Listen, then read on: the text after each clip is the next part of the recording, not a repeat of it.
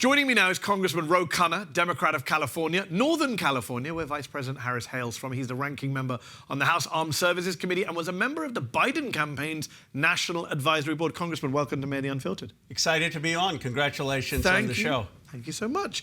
Were you surprised by the Biden announcement on Sunday? Did you think it was going to happen? Because on Friday morning, his campaign manager was on Morning Joe saying he's campaigning next week, he's in this race, and then Sunday, done. I was surprised. In fact, I was on Sunday TV defending the president, both in the morning and on Jen Psaki. Oh, they didn't give you a heads up? They did not. Oh, they said, awkward. no, he's in the race. So obviously, I didn't have any clue. And I don't think people, other than in his very, very close inner circle, knew.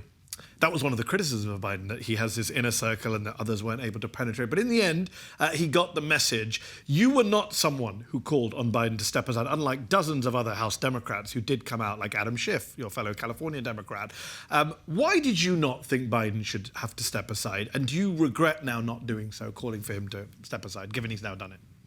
I don't regret it. I think that many progressives thought he was adopting a bold progressive agenda, that he was adopting rent caps. He was coming out for strengthening, expanding Social Security, coming out for Supreme Court term limits. And many of us thought that could win. I still think he could have won, though I do acknowledge that I didn't anticipate how much Kamala Harris would be a galvanizing force and bring new energy. And you've been saying this for a few weeks. So certainly I hope now she wins, and then people like you would probably be vindicated, because you can't. Although she loses, people like me will probably be blamed. So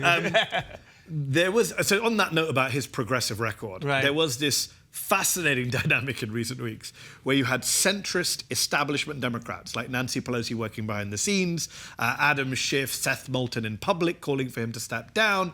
And then you have the left of the party, not just yourself, but Senator Bernie Sanders, the squad, Alexandria Ocasio-Cortez, not just not calling for him to step down, but pretty gung-ho saying he shouldn't step down and everyone should stop calling for him to step down. Why do you think that was? And do you think that's damaged the left's credibility? Was it a bad judgment call to go all in on Biden? No, I think it was for two philosophical reasons. One, he was adopting progressive platforms, and the left has always been about issues more than personality. I mean, this was the critique of Bernie Sanders, that he wouldn't talk about his family and his upbringing. It's all about issues. And so for the left, it was this president is moving further and further to adopting progressive issues. And second, it was the type of people that were pushing him. Now, I don't think it was some elite-driven issue. There were a lot of voters who wanted him to step aside. But the people who were putting the pressure were donors, were consultants, and the left had seen that with Bernie Sanders. And I think that was informing the decision that you can't just push someone out who had the vote. So I think those are the two reasons that people were saying it's his decision, but we're in it until he decides. So let's talk Kamala Harris, your fellow California Democrat. You've endorsed her. Of course. Why? Why do you think she'll beat Donald Trump? Why do you think she'll make a good, even great president? Well, one, she has galvanized people. You can see this, and you see already that she's getting young voters, she's getting progressives, she's energizing the party. She represents this sort of future. She represents a generational change. And I do think that on some of the issues, hopefully she will adopt the progressive direction that President Biden was going and adopt some progressive policies on the Middle East. But I think she gives us a clean start and has the opportunity to really galvanize the Obama-Bernie coalition. So I want to come to Gaza, but just before that, and you mentioned the importance of issues and progressive records, what do you think Kamala Harris's politics are? They seem a little bit all over the place. She was pretty neoliberal, centrist as California AG, as California senator. Then she ran for president in 2020, and she was pretty left-wing. She was calling for Medicare for all and a Green New Deal. And then she ran as Biden's pretty, mainstream centrist VP. Can she continue what you've described as Biden's very progressive record on the economy, on labor? Well, I think this is a huge opportunity for her, because now the country is going to want to know exactly her politics. And there are going to be people like me and Sanders and others who are going to say, let's continue on a bold progressive agenda, come out for this. And there are going to be others in different wings of the party saying, no, just be the anti-Trump, just hit him on and pivot to the center. And pivot to the Classic, center. down the line. And really, it's going to be her call. And so I think we're going to get a very clear sense of what she's going to run on and what she's going to stand on. Jonathan Chait of New York Magazine has a piece out suggesting that what Kamala Harris needs to do now is persuade voters in the Rust Belt, in the swing states, in the Michigans and the Wisconsins and the Pennsylvanias, that she's not too liberal. What's your response to an argument like that? Well, what does liberal mean in this context, right? I mean, there is a consensus that even Trump and Vance are running on that the deindustrialization has hurt voters, that corporate greed, offshore jobs. And so does liberal mean the sort of neoliberal consensus that even Romney and Paul Ryan were for? Because that's going to lose. If liberalism means that she understands the hollowing out of the working and middle class and that she's going to focus on those regions coming back and the working class, then I think she will win. So I think that this liberal conservative dichotomy doesn't really have meaning in this context of the election. It's weird, isn't it? Because you say liberal, and I actually think liberal is probably an unpopular word in a lot of those communities. It's the right have done a good job of tainting that word. But the policy proposals that come from liberals, the people in these white working class communities support those policies overwhelmingly. In fact, there was a recent poll, I think from YouGov, a blind poll, where they polled Biden's policies versus Trump's policies without the names, and Republicans overwhelmingly supported Biden's policies more than Trump's. Right. So, and you've traveled in some of these states and communities. What are you hearing from some of these working class communities about what they want? Well, I think very simply to say, you shouldn't be poor if you work in America. This is why we need a higher wage. You should be able to look after your kids if they're sick. This is why we need paid family leave. You should not have to pay $10,000 a year for childcare. This is why we need $10 a day childcare. You should have some tax on these multi-billionaires. We don't demonize them, but if they're making billions of dollars, they can pay tax and a fair tax, and they shouldn't be paying less tax than teachers and janitors. This basic economic message, I think, will resonate in these states, and I think Kamala Harris can be a very forceful advocate for it if she chooses to run on that issue. Before we get to Gaza, just one last question on the actual process of what we've seen over the last few days. She now it says she has enough delegates. What about the argument, and the right are pushing this cynically, but the argument still stands on its own merits, that this is a coronation, that this should have been an open convention, the party members, the delegates should decide. Obviously, the Republicans cynically calling it a coup. But what about the argument that she never actually had to win any votes? Well, she does. She's winning the delegate votes, and in a primary, though. She didn't run in the 2020 primary. She didn't run in the 2024 primary. She's from a blue state. She hasn't actually gone out to compete. Well, she's winning these delegate votes. I mean, she's got universal votes from Texas. Up against no one, though. Well, people decided not to run against her because she was strong. But technically, someone can still mount a challenge to her in terms of they care about Gaza, they care about economic issues. I mean, they can run. I guess what I would say is that it's very different when you have a president who basically, for capacity in terms of running issues, he's capable of serving. But he said that I don't have the stamina to do it 3 months out. That's the job of the vice president. It's not surprising that we would coalesce around the vice president in that kind of situation. So a big question on the left is, can Kamala Harris turn the page on Gaza? The president she served alongside for the last few years and over the last 9 months has given unconditional support to Israel, sold billions of dollars of weapons that the Israelis have used to kill kids as recently as yesterday. You've criticized that. You've criticized the Israeli actions. Not just criticized, voted against. You've voted against selling those offensive weapons. Is she tainted by the Biden administration's record on Gaza? Can she somehow distance herself from that? Will she distance herself from that? I think she can. I think there's a new start. I think her decision not to go to the joint address by Netanyahu is a good start. I think her message that when she meets with Netanyahu, she's going to tell him to end the war is a good start. But I think ultimately it's going to be what she proposes. Is she going to say that talk is cheap? Yeah, I mean, I am willing to have conditions on giving offensive weapons and do not support giving offensive weapons while this war is going on. Will you be pressuring her to do that?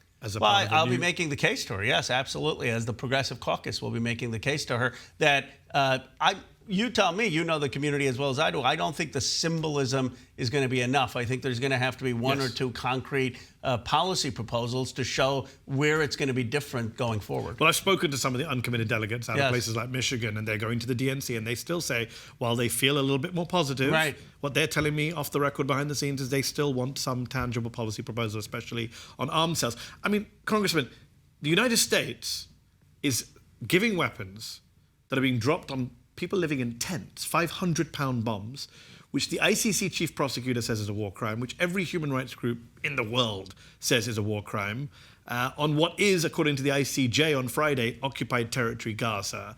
The US is complicit in war crimes, is it not? Well, the U.S. is complicit in a war that is a gross violation of humanitarian norms. I mean, I'll leave it to the lawyers of what to call it. But I voted. I was one of 37 Democrats who voted against the offensive weapons. And you know what is sad, Mehdi, is that it's not just all the children dying. It's not just the women dying. It's also totally ineffective. I mean, Netanyahu is saying, okay, I want to militarily eliminate Hamas from Gaza. He's going into Rafah, and Hamas is popping up in northern Gaza. And the reality is you cannot militarily eliminate 30 or 40,000 fighters. So what we need is the release of the hostages, a ceasefire, and then a diplomatic effort to build a new Palestinian governance there with the recognition of a Palestinian state and a secure Israel. And even if you did get rid of all those fighters, the underlying ideology remains, the underlying grievance remains, the underlying occupation remains. You'll just get Hamas 2.0, like we got ISIS after Al-Qaeda. We never learn. Congressman, will you be attending Benjamin Netanyahu's speech on Wednesday? No, I will not, because I'm not going to sit there and listen to a one-way lecture from the prime minister in a failed war strategy, and I'm not going to have him insult the president, which I'm sure he will find ways implicitly or explicitly to do. Was it a mistake then for Senator Chuck Schumer and House Minority Leader Hakeem Jeffries, both from your party, to co-sign onto the invitation to have this man who is accused of war crimes, who the ICC chief prosecutor is requesting an arrest warrant for, to come at their joint invitation with Speaker Mike Johnson and get their applause and standing ovations? I do think it was a mistake, and the mistake is the timing. Look, I have been a person who says that foreign leaders, if they're coming, if they're an ally, they should speak. As you know, I've been critical of Modi, but believe that Modi should address the Congress. But here you have an ongoing war. You've got people actually being killed, and you've got Netanyahu defying the president. In that context, I think it was perfectly appropriate for Senator Schumer or Speaker to be Jeffries to say, not now. This is not the time. When the war ends, we can always have the Israeli prime minister. Does this stuff happen, Congressman? A lot of our viewers, readers, listeners, subscribers, they feel strongly about this, not just about the war itself, but the way in which your body, Congress, just rolls over time and again for Israel, for Israeli governments, for pro-Israel lobbyists. Is there a sense that your institution, your colleagues, the United States Congress, just doesn't see Palestinians as human beings, doesn't afford them the respect, humanity, human rights that it gives to Ukrainians, for example?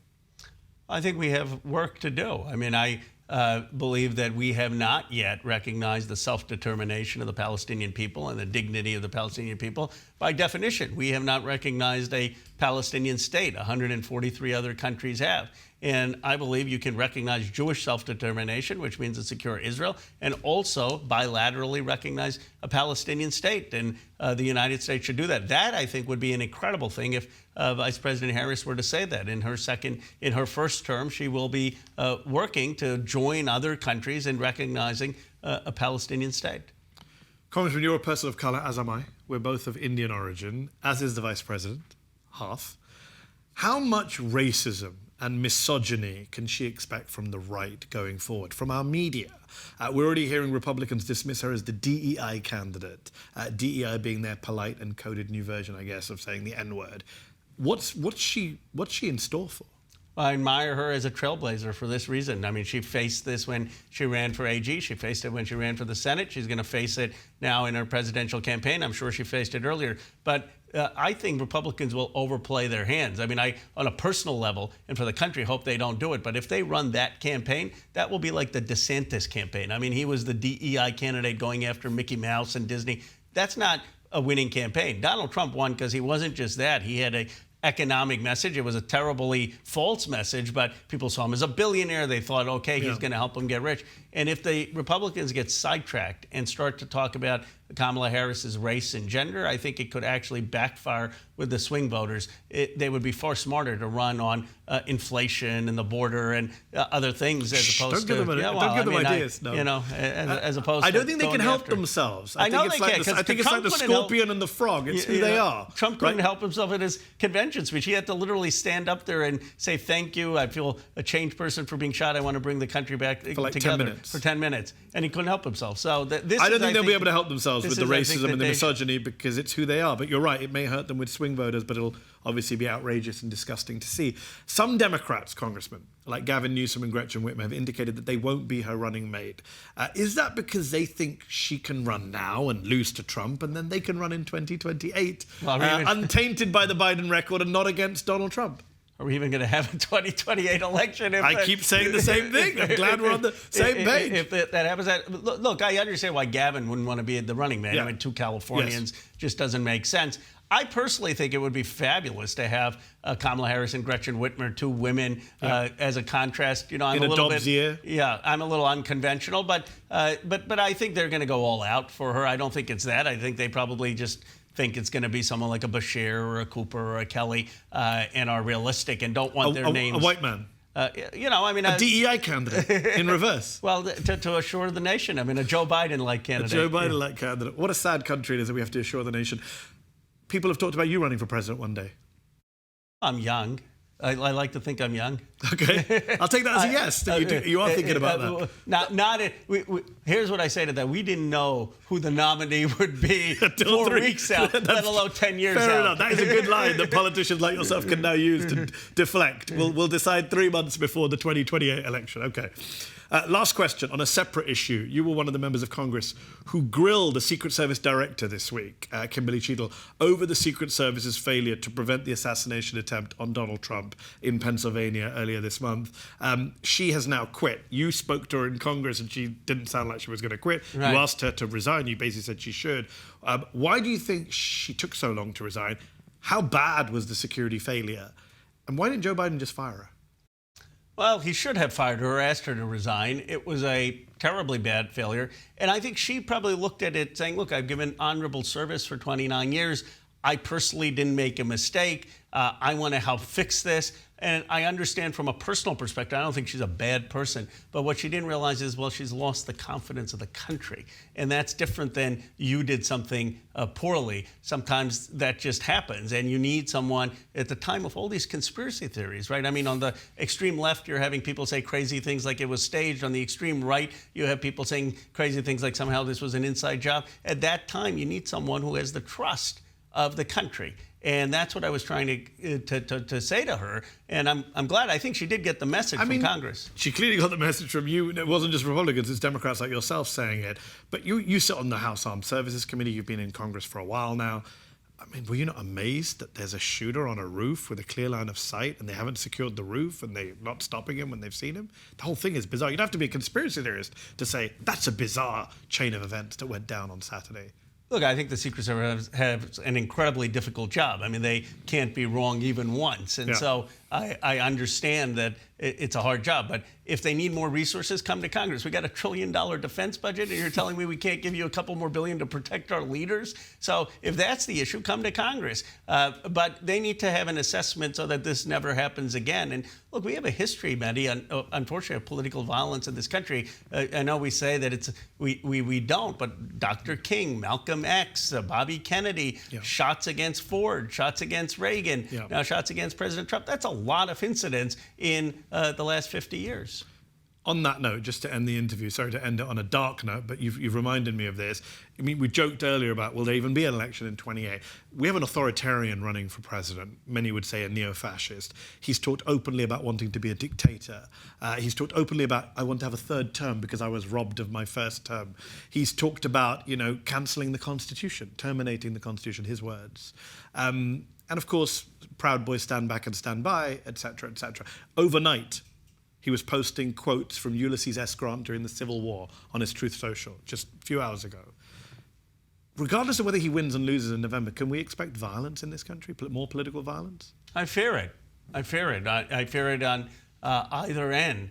And that's what we have to understand is the stakes of the election. So we need to win because ultimately Trumpism has to be defeated. And this is something to rise beyond ourselves. And I'm glad that Gretchen Whitmer and Shapiro and Newsom all put their own ambitions aside and came together, recognizing that threat. But then afterwards, we've got to figure out how we start to tone down the rhetoric and stitch the country back together. And that's going to be a generational challenge that'll take all of us. But it's a very, very difficult time for our democracy. But the one thing, Mehdi, I will say is we're trying to do something very difficult to become a cohesive, multiracial democracy with people from around the world. It's not an easy project. It's not easy to imagine Indian Americans of Hindu faith in Congress and an African American, Indian American woman running for president. So I understand that this is not going to be a linear line to a cohesive, multiracial democracy. It's hard. It'll have to be earned. And as Indian Americans, an exciting week for us, I think, regardless of anything else. It is an incredible week, an incredible week. Congressman, thank you for your time. Thank you. Appreciate it. Appreciate it.